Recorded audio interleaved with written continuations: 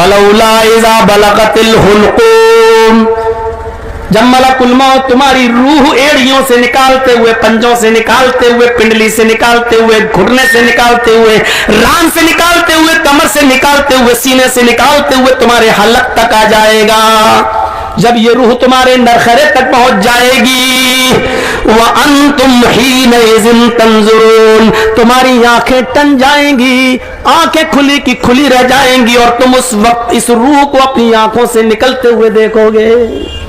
हर आदमी उस रूह को निकलते हुए देखता अपनी आंखों से, ऐसे करता, वो मंजर देखा।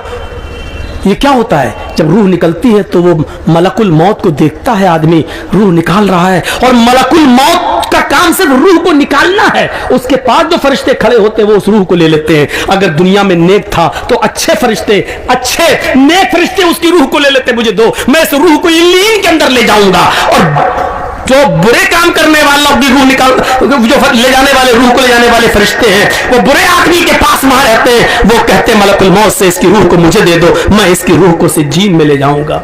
सिज्जीन सातों जमीन के नीचे कैद खाना है, जहां मुनाफिक, बदचलन, बदकिरदार, शराबी, जुआरी, कबाबी, ज़िनाकारों और बेनमाजियों की रूह सिज्जीन में डाल दी जाती है। और इल्लीन सातों आसमान के ऊपर एक ठिकाना है जहां नेक लोगों की रूह इल्लीन के अंदर डाल दी जाती है। अल्लाह, हमारी रूह का पता नहीं कि कहां जाएगी। मेरे भाइयों, सबके सामने ये मंजर आना है, और वो देख लेगा कि मलकुल मौत के पास ये मेरे रूह को ले जाने वाले कौन से फरिश्ते हैं, मेरे रूह को इल्लीन में ले जाया जाएगा, ये सिज्जीन में। ये मंजर सबके सामने आएगा।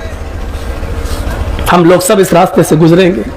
रास्ता यही है, कोई दूसरा रास्ता है ही नहीं। जब रास्ता यही है तो गुजरना भी इसी रास्ते से है।